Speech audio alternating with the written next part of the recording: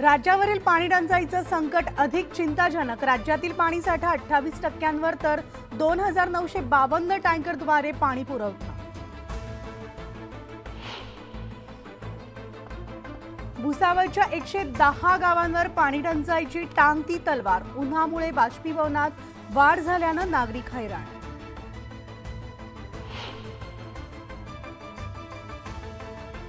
बीड जिल्ह्यामध्ये पाण्याविना मोसंबीची बाग करपली। शेतकऱ्यांचं लाखोंचं नुकसान झाल्यानं शेतकरी हवालदिल।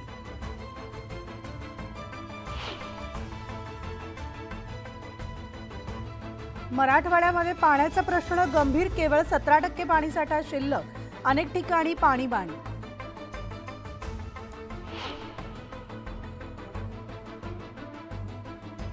अकोला जिल्ह्याला मे हीटचा तडाखा। तापमानाचा पारा 44.3 अंश सेल्सिअसवर तर जलाशयातील पाणी पातळी खालावली।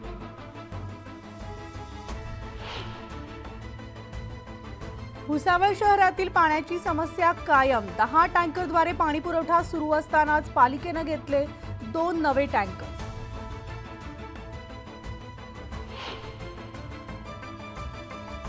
गोंदियामधील तापमानाचा पारा 42 अंशावर। काम असेल तरच घराबाहेर पडा। प्रशासनाचं नागरिकांना आवाहन।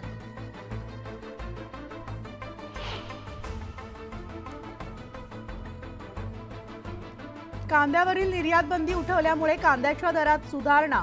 अहमदनगर बाजार समितीमध्ये कांद्याला 2000 ते 2500 चा भाव।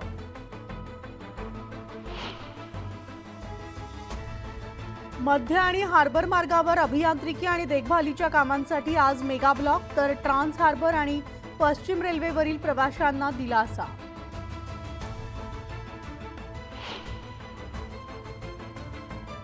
डोंबिवली रेल्वे स्थानकामधील सरकता जिना अखेर सुरू।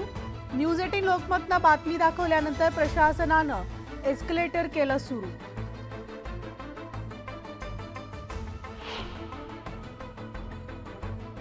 महाडीबीटीच्या साइट्सवर शिष्यवृत्तीचे ऑनलाईन अर्ज करण्यासाठी मुदतवाढ।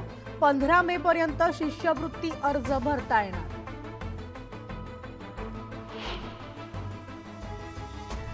दहावी आणि 12वीचा निकाल याच महिन्यात लागण्याचे राज्य शिक्षण मंडळाचे संकेत। 12वीचा निकाल 3ऱ्या आठवड्यात तर 10वीचा निकाल मे अखेरीस लागण्याची शक्यता।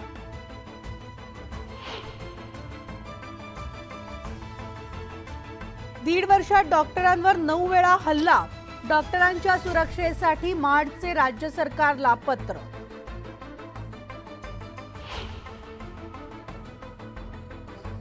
वाशिममध्ये कत्तलीसाठी नेणाऱ्या बैलांची सुटका। 14 बैलांची सुटका करण्यात गोरक्षकांना यश।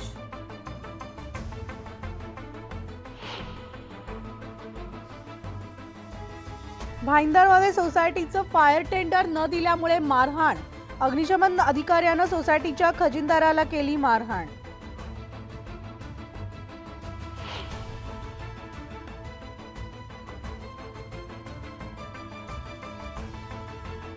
चेकपोस्टवर पकडलं 1 कोटींचं घबाड। पैसे कुणाचे याबाबत माहित नसल्यानं कार चालकाला पोलिसांनी घेतलं ताब्यात।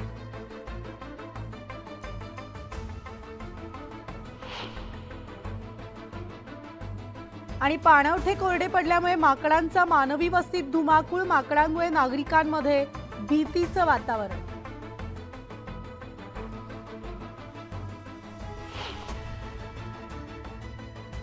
तर चिकलठाणा शिवारात जमिनीच्या वादातून 2 गटात वाद। 8 दुचाक्यात जाळून बांधकामाची केली तोडफोड।